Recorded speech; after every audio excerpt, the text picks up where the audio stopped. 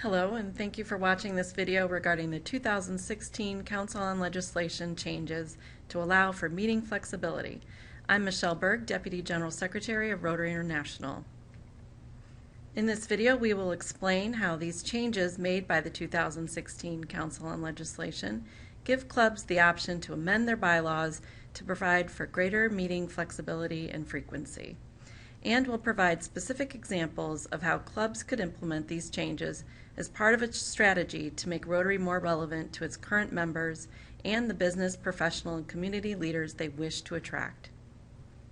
The 2016 Council on Legislation delegates overwhelmingly agreed that clubs should be given the option to amend their bylaws to vary the meeting days, times, whether to meet online or in person, and when to cancel a meeting, as long as they meet at least twice a month. The RI Board and Council delegates felt that individual clubs are in the best position to determine the best day and time to meet, change or cancel a meeting as the needs arise, use other measures of club health instead of or in addition to attendance, and to update the format of meetings to include electronic meetings, service projects, and social events in addition to or instead of a traditional club meeting. So what does this mean for clubs? Let's take a look at some examples.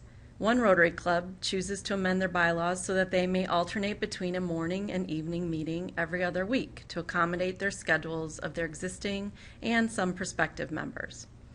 Another Rotary Club has chosen to cancel their next meeting because it conflicts with the local school band concert, which many members would like to attend. A third Rotary Club would like to meet more often and will adopt changes to their bylaws to meet twice per week in order to provide more service to their community and fellowship to their members. And another Rotary Club decides to amend their bylaws to meet just twice per month on the first and third Tuesday of each month, with social and service projects scheduled on occasion and promoted via their Facebook page and Twitter. Clubs are also now able to meet in person, online, or a combination of both formats. Here are a few examples of how Rotary clubs might implement this added flexibility. One club has decided to now meet online only for the second meeting of every month.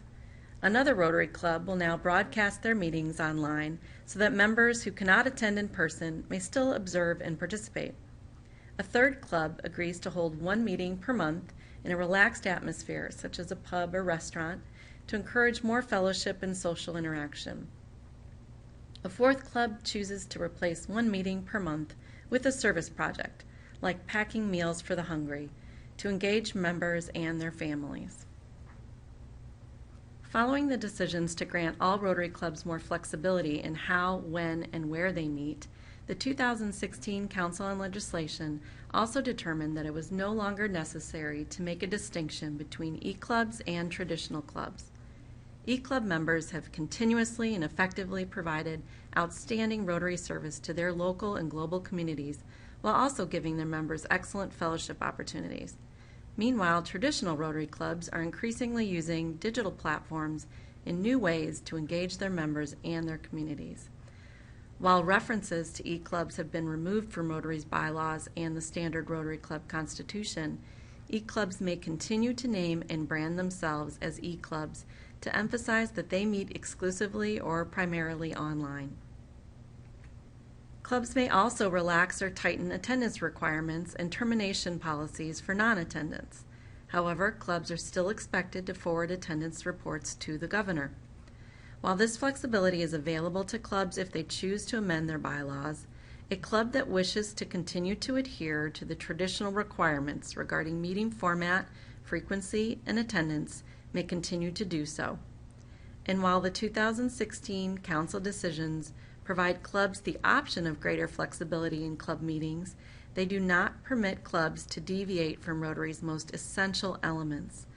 Our qualifications of membership, who we are, business, professional, and community leaders remain unchanged, as do our values of fellowship, integrity, diversity, service, and leadership. These changes go into effect 1 July 2016. And clubs are encouraged to begin discussions with their members about what changes, if any, they may wish to pursue to make Rotary more relevant to its current members and the business, professional, and community leaders they wish to attract. Thank you for taking the time to learn more about these important changes now available to Rotary clubs. If you have additional questions about these changes from the 2016 Council on Legislation, please write to us at membership.questions@rotary.org. And thank you for making membership a priority.